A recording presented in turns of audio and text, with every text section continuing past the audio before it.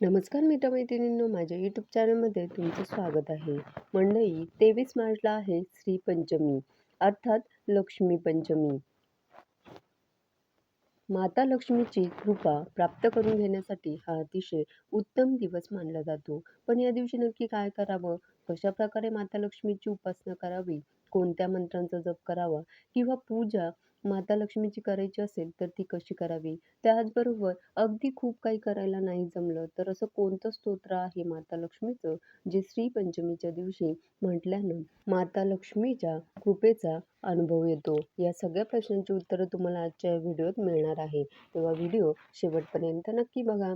लक्ष्मी पंचमीचं व्रत जर तुम्ही केलं तर धनलाभासह अनेक फायदे मिळतात. जे मागाल ते मिळतं असं म्हणतात. मग हे व्रत कसं करावं? श्रीपंचमीला अर्थात लक्ष्मी पंचमीला लक्ष्मी मातेचे विशेष पूजन केले जाते. सकाळी लवकर उठून स्नानादी नित्यकर्म उरकल्यानंतर माता लक्ष्मीच्या पूजेची तयारी करावी. आपले कुळधर्म, कुळाचार यानुसार षोडशोपचारे देवाची पूजा करावी. यावेळी धान्य, हळद, गूळ हे सगळं माता लक्ष्मीला अर्पण करावं. शक्य असल्यास या दिवशी श्रीयंत्राची स्थापना करावी. जर तुमच्याकडे श्रीयंत्र आधीच असेल तर या दिवशी श्रीयंत्राची विधिवत पूजा करावी. ते अतिशय शुभ मानलं जातं. तसंच माता लक्ष्मीला कमळाचं फुलही अर्पण करावं. जर तुमच्याकडे श्रीयंत्र असेल तर श्रीयंत्रावर सुद्धा कमळाचं फूल नक्की अर्पण करा. त्याचबरोबर श्रीसूक्ताचं पठण करावं. पठण करणं जमत नसल्यास कमीत कमी ऐकावं. माता लक्ष्मीला सौभाग्याच्या वस्तू अर्पण कराव्या.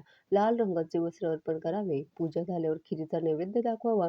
शक्य असेल तर कुमारिकांना बोलवून खिरीचा प्रसाद वाटावा. संपूर्ण पूजा आटोपल्यानंतर यथाशक्ती महालक्ष्मीच्या काही खास मंत्रांचा जप करावा. ते मंत्र याप्रमाणे आहेत. ओम श्रीम ह्रीं लक्ष्मीभ्यो नमः या मंत्राचा जप करावा. तुम्ही 108 वेळा करू शकता किंवा आणखी एक मंत्र आहे तो म्हणजे ओम श्रीं श्रीं कमले कमलालये प्रसीद प्रसीद श्रीं ह्रीं श्रीं ओम महालक्ष्मी नमः. आणखीन एक मंत्र आहे तो म्हणजे ओम श्री महालक्ष्मीच विद्महे विष्णुपत्नीच धीमहि तन्नो लक्ष्मी प्रचोदयात. यापैकी कुठल्याही एका मंत्राचा तुम्ही 108 वेळा जप करा. श्रीपंचमीला अर्थात लक्ष्मी पंचमीला करू शकता. त्यामुळे माता लक्ष्मीची तुम्हाला विशेष कृपा मिळेल. श्रीपंचमीला दानाचं सुद्धा विशेष महत्त्व आहे. श्रीपंचमीच्या दिवशी अर्थात लक्ष्मी पंचमीच्या दिवशी काही गोष्टींचं दान करणं अतिशय उत्तम मानलं जातं. या दिवशी गोमातेला अन्नदान करणं अत्यंत शुभ मानलं जातं. गाईला चारा खाऊ घाला, यथाशक्ती दानधर्म करा असं सांगितलं जातं. त्यामुळे माता लक्ष्मीची आपल्यावर सदैव कृपा राहते. मित्रांनो, यापैकी तुम्हाला अगदीच काही नाही जमलं तर कमीत कमी लक्ष्मी पंचमीच्या दिवशी तुम्ही महालक्ष्मी अष्टकाचा 11 वेळा पाठ करा. मन लावून महालक्ष्मी अष्टक म्हणा. ते म्हणायलाही सोपं आहे आणि छोटं आहे.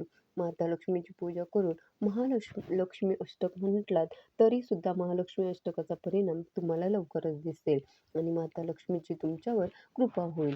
लक्ष्मी पंचमीचं हे व्रत करत असताना लक्ष्मी पंचमीची पौराणिक कथा सुद्धा तुम्हाला माहीत असायला हवी. ती कथा याप्रमाणे.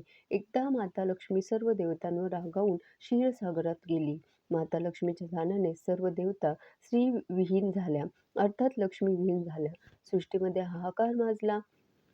त्यानंतर देवराज इंद्राने माता लक्ष्मीला पुन्हा प्रसन्न करण्यासाठी कठोर तपश्चर्या सुरू केली आणि विशेष पद्धतीने उपवास केला. त्याच्या पाठोपाठ इतर देवतांनी सुद्धा माता लक्ष्मीसाठी हे व्रत केलं. देवतांप्रमाणेच असुरांनी सुद्धा माता लक्ष्मीची पूजा केली आणि व्रत संपल्यानंतर माता लक्ष्मी क्षीरसागरातून पुन्हा प्रकट झाली आणि तिचा श्रीहरी विष्णूंशी विवाह झाला आणि माता लक्ष्मीची कृपा सर्वांवर झाली आणि म्हणूनच तेव्हापासून हे श्रीपंचमीचं व्रत केलं जातं. भविष्य पुराणानुसार श्रीपंचमीचं व्रत करणारा भक्त त्याच्या 21 कुळांसह लक्ष्मी लोकांमध्ये वास करतो. याशिवाय याशिवाय जी स्त्री विधीपूर्वक हे व्रत पाळते तिला सौभाग्य, सौंदर्य आणि धनप्राप्ती होते. दिवाळीनंतर चैत्र शुक्ल पंचमीला लक्ष्मीची पूजा केल्याने उपवास करणाऱ्या व्यक्तीला माता लक्ष्मीच्या कृपेचा अनुभव येतो. तेव्हा मंडळी, तुम्ही हे श्रीपंचमी अर्थात लक्ष्मीचं व्रत नक्की करा. मगाशी म्हटलं तसं अगदीच काही करायला नाही जमलं तर कमीत कमी या दिवशी माता लक्ष्मीची पूजा करून महालक्ष्मी अष्टकाचा पाठ करा. नक्कीच माता लक्ष्मीची कृपा तुमच्यावर होईल. जय महालक्ष्मी. धन्यवाद.